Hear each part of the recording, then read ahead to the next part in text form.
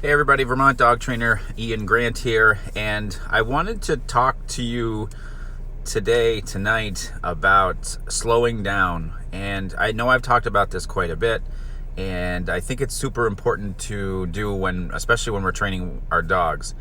Now, I want to give you an analogy, and I've used this analogy a number of times this week with a number of my clients. But because it's the summer season, I'm going to dig a little deeper with this. The summer season is always full of construction. We always hit it. I know in Vermont here, it just seems like around every corner there's construction. There's somebody standing there with the pole, with the stop slow sign. You get clear of them, you go a couple miles, there's the other stop slow sign. Hence, it's slowing us down. Now, what I have noticed because of that slowing down is actually the scenery around me. Because when you actually stop on a road that you're normally going 50 miles an hour on, you're stopping and you're seeing buildings and you're getting a good look at the buildings and have they been repainted? Or you're in the mountains or the back roads and you're stopping and you're seeing everything and you're seeing the trees and you're seeing the river and all these things that normally you would go by in the blink of an eye. This time you're actually paying attention to paying attention to everything. So how does this really relate to the dog training, what we do with our dogs in general? Now, this is where it all comes into play. Working with a client, even starting their walk and taking their dog for a walk, normally you go a certain speed, whether you're asking the dog, hey, do you want to go for a walk? Or you just go get your shoes on and then get the leash and you get your poop bags, you throw the leash on, you walk out the door and you're down the driveway, and before you're 100 yards down the road, the dog is launching, lunging, overreacting, barking, whatever the case may be. Or if it could be just as simple as the dog pulling you down the road. Now, in that sense, if you look at it, if you think about it, that whole time, from the time you went to put your shoes on to where that dog is either really pulling or lunging, you've gone 50 miles an hour the whole time. You have not slowed down enough to actually see the scenery. In this case, the scenery is the dog's body language. If you slow down with your dog, if you take that time to walk out of your house and really focus on your dog's body language, their behavior, working on bringing a more relaxed dog out on a walk, you will see a huge change in your dog's behavior.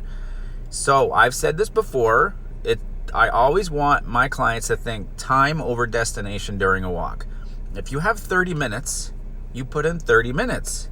But also be aware that 30 minutes may just get you down off the front steps of your house, and that's it. Now, why? I've said this before. Why am I saying? You're probably saying, Ian, why are you saying this again? I'm saying this again because I want you to slow down even more. That's why. Take those 30 minutes. If you walk over and get your shoes on and your dog goes ballistic, go back and sit down. I had spoken to, I've got to think of her name. I just lost it. I just had it in my head. Cheryl Ross in Washington, the Washington State podcast. A number of months ago, she called it energy management. I thought that was a cool little term. And so she would teach her clients the same concept.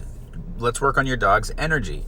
Now, to me, energy can be very hard to understand, to comprehend, and sometimes I don't feel like everybody fully understands what energy is in their dog. So I'm going to take this a step further and just think of a more relaxed dog. I think if I say the word relax, you're going to have a better understanding of what that looks like in your dog. So if you go get that leash and your dog goes ballistic when you grab the leash, or they hear the click of the leash, the hook, everything, we want to slow down. Wait for your dog to come back down out of the clouds from being so excited before you actually put the leash on your dog. If you go to put the leash on, the dog goes crazy, back up. Do the same thing again. Wait for your dog to come back down out of the clouds. Teaching your dog this concept that, hey, if you don't act this way, we're not going anywhere.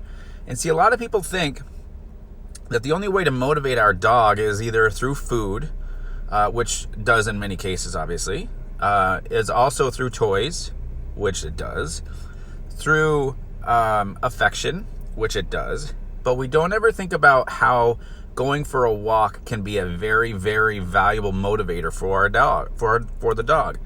If you think about it, dogs, their instincts are to migrate. It's to move. It's to get going. So why aren't we using that as a motivation to say, hey, if you give me what I want, you get to go for a wonderful walk. Now, it's going to take some time for you to get used to this with your dog and for your dog to learn a new way of being with you.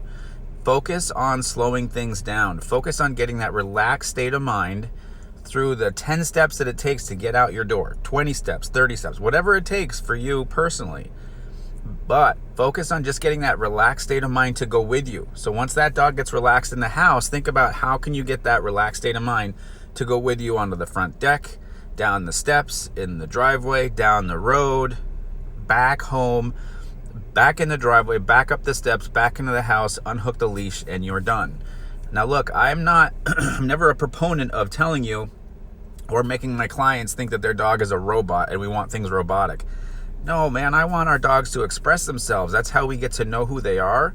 That's how we understand what they're going through.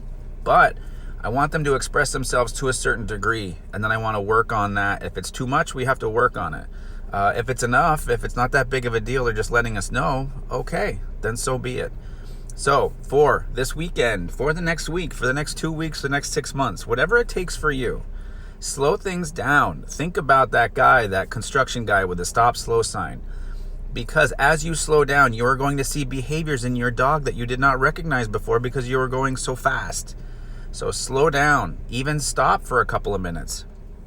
Walk through your front door, out onto the deck or out on the first step, and just stop and wait there for a couple of minutes. You will start to see signs in your dog's body language that run way deeper than what you were used to and what you were blowing by before going 50 miles an hour. So slow down. Think of your walk as a construction zone. Do some stops. Figure out where your dog is. Start to see patterns in their body language. Your dog is throwing patterns at you every single day. It's just up to us to be able to recognize them. So work on this. Do your best. Put the time in when you can. Let me know how it goes for you. And I think you'll actually see some big changes in your dog.